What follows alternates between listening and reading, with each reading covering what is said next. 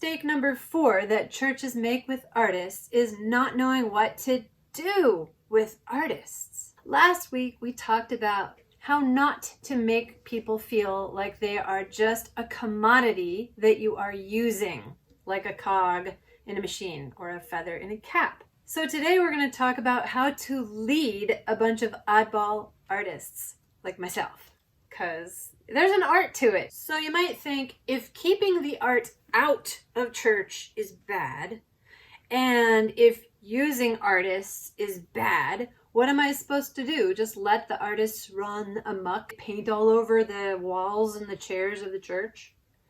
No. Settle down. It's not like that. One common expression that you may have heard of before that might come to your mind regarding artists is, leading artists is kind of like herding cats. Artists they have a mind of their own. They're marching to the beat of their own drum. They might be a little bit hard to figure out and hard to lead. I get that. So what do you need? Like a cat collar? A bigger cat collar?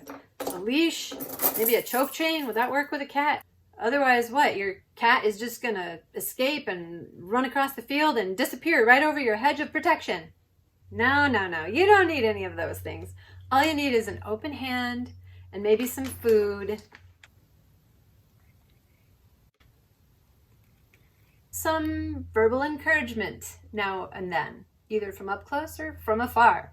In all seriousness, though, I really don't like that expression. But one thing is for sure, that if we have the character of Christ inside of us and we're building our discipleship on Jesus, we really should be able to challenge one another and be spiritually fed. And it's easier than you might think. And I'm going to give you 4 tips on actually what to do with your artists. I think that will help you tremendously. Number 1, remember that love is always freely given and freely received.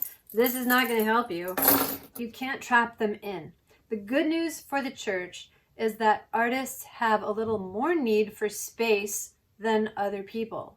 So they're not going to be needy and glub onto you. They're not going to be demanding more of your time. They're actually wanting to be a bit freer. So the thing that you have to do is just show them that they're loved and feed them when they're there. That's pretty much all you have to do. An artist's job is to make stuff of the world. It's a busy endeavor. Their minds are constantly thinking about how to make this and how to create that, and taking this life circumstance and turning that into a work of art. It's a lot of effort and energy and time. That's what they're busy doing.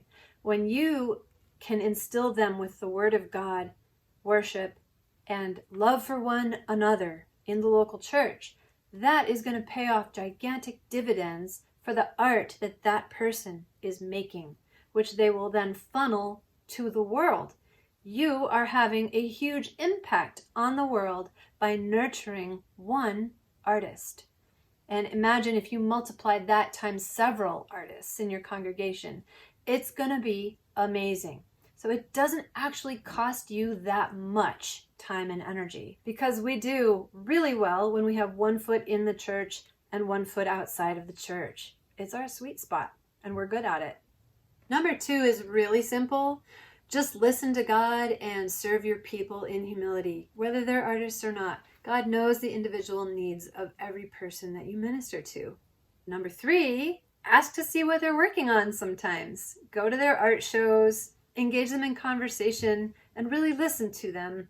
And don't say, "What's that supposed to be?" My 4th tip for what to do with artists is probably the most important. Find a leader or a couple of co-leaders who know what your artists need, how they tick, how to relate with them. Make sure that they are emotionally strong people, yet sensitive enough for artists. And the most important thing, they are faithful when it comes to people. And allow them to instill art and beauty in your people, in your church. There is a great book that I recommend for groups of artists, especially if you're just starting out, by Rory Noland, called Heart of the Artist. I have gone through this book study numerous times, And it's so wonderful for building character, godly character, inside of individual artists, and to work together for the glory of God in your church. It's an amazing book study. So let them put the call out to your church and go through that book study together, and invite those couple of leaders that you have found that are faithful with people to take my 6-month School of Art Ministry. It will really equip them to be able to lead regular people through beauty in the name of Christ in a fruitful way, so that God's glory can be seen and everybody's growing spiritually without leaving paint on the chairs. I promise. So that was a really fun little look at how we can lead artists.